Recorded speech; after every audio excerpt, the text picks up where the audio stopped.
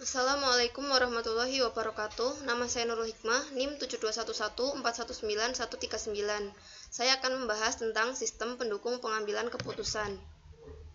Manajer membuat banyak keputusan untuk mengatasi masalah. Penyelesaian masalah dicapai melalui 4 tahapan dasar dan mempergunakan kerangka berpikir seperti model sistem perusahaan yang umum dan model lingkungan. Dengan mengikuti pendekatan sistem untuk menyelesaikan masalah, manajer melihat sistem secara keseluruhan. Proses pemecahan masalah terdiri atas 4 elemen dasar, yaitu standar, informasi, batasan, dan solusi alternatif.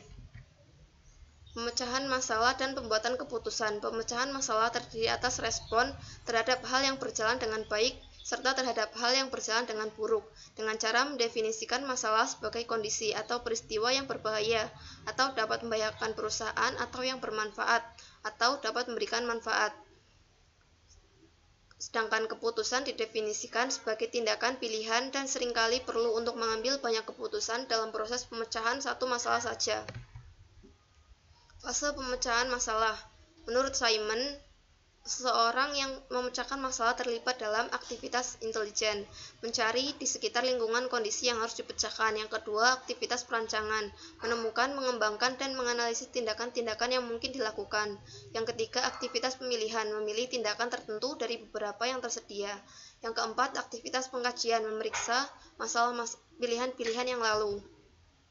Pendekatan dan pentingnya cara pandang sistem. Pendekatan sistem yaitu sederetan langkah yang dikelompokkan ke dalam 3 tahap: upaya persiapan, upaya pendefinisian, dan upaya pemecahan.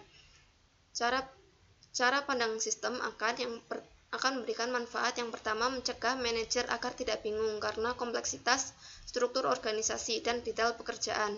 Yang kedua, menekankan pentingnya memiliki tujuan yang baik. Yang ketiga, menekankan pentingnya semua bagian organisasi untuk bekerja sama. Yang keempat, mengangkat hubungan antara organisasi dengan lingkungannya dan menempatkan nilai tinggi pada informasi yang didapat dari input yang hanya dicapai melalui sistem perputaran tertutup.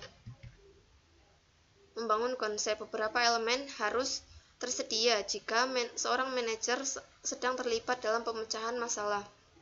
Elemen proses pemecahan masalah. Solusi masalah sistem adalah solusi yang membuat sistem tersebut memenuhi tujuannya dengan baik. Standar seperti yang dicerminkan dalam standar kinerja sistem. Standar ini menggambarkan situasi yang diinginkan. Sebagai tambahan, manajer tersebut harus memiliki informasi yang menggambarkan keadaan saat ini. Jika keadaan apa yang dicapai sistem tersebut sekarang ini, jika keadaan ini berbeda, maka ada masalah yang menjadi penyebabnya dan harus dipecahkan.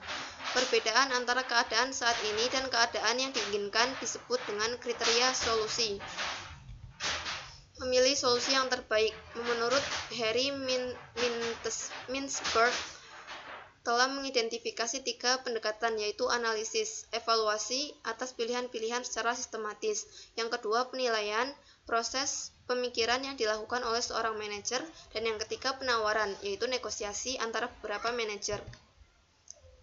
Selanjutnya, permasalahan versus gejala. Penting bagi kita untuk memahami perbedaan antara masalah dan gejala dari suatu masalah. Jika tidak, kita dapat menghabiskan banyak waktu dan uang untuk menyelesaikan permasalahan yang salah atau sesuatu yang sesungguhnya bukan masalah. Gejala atau simptom adalah kondisi yang dihasilkan masalah. Seringkali seorang manajer melihat gejala dan bukan masalah.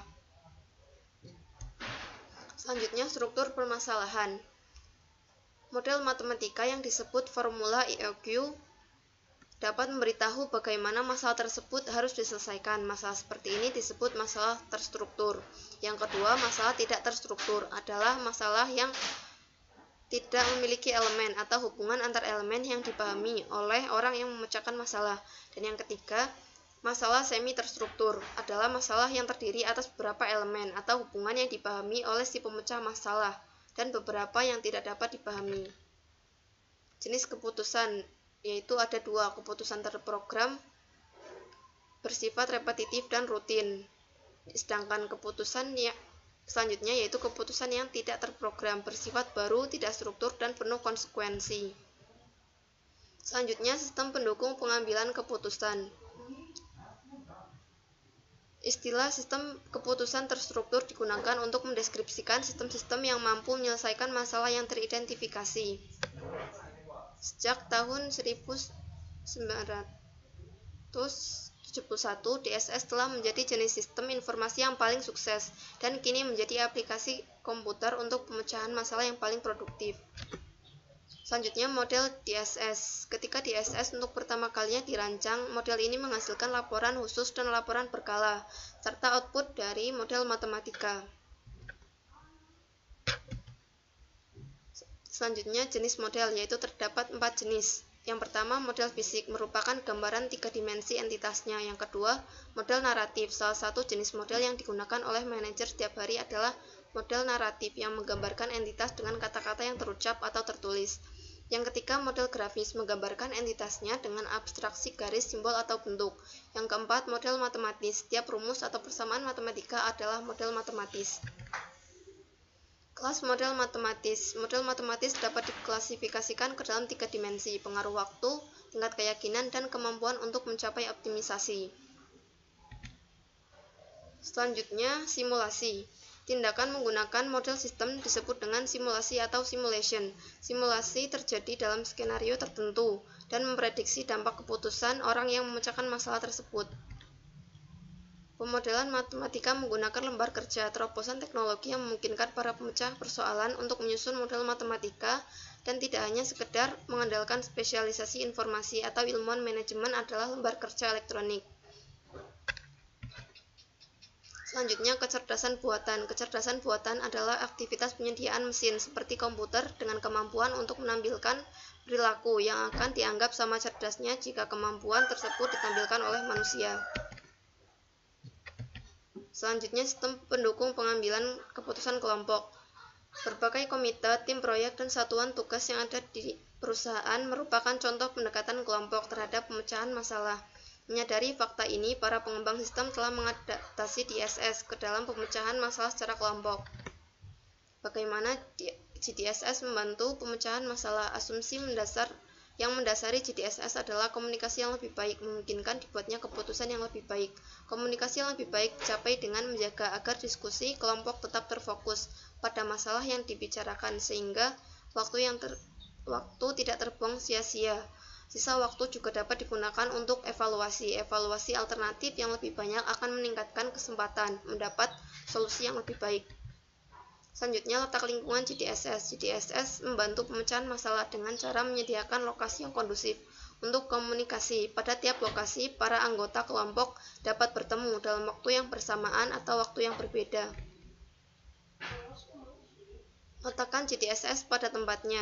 Telah dilihat bagaimana cakupan dukungan keputusan yang diberikan kepada GDSS. Konsep ini telah bekerja dengan amat baik sehingga para pengembang terus memikirkan fitur-fitur baru untuk ditambahkan. Ketika kecerdasan buatan ditambahkan, fitur ini benar-benar mengubah karakteristik GDSS. Ketika manajer menggunakan sistem bakar, manajer duduk di depan komputer, namun seorang konsultan duduk di sebelah manajer dan memberi saran mengenai bagaimana memecahkan masalah. Selanjutnya, kesimpulan. Para manajer membuat beragam keputusan dalam proses penyelesaian suatu masalah. Dalam menyelesaikan masalah, manajer melalui 4 aktivitas, yaitu intelijen, perancangan, pemilihan, dan pengajian. Dalam mengambil cara pandang sistem dan mengikuti cara pendekatan sistem, manajer dapat menggunakan model sistem umum, suatu perusahaan, atau model lingkungan. Tujuan dari mengambil cara pandang sistem adalah memberi kesempatan kepada organisasi untuk bekerja sebagai sistem yang efektif dan efisien. Sekian yang dapat saya sampaikan. Apabila ada kesalahan, saya mohon maaf. Terima kasih. Wassalamualaikum warahmatullahi wabarakatuh.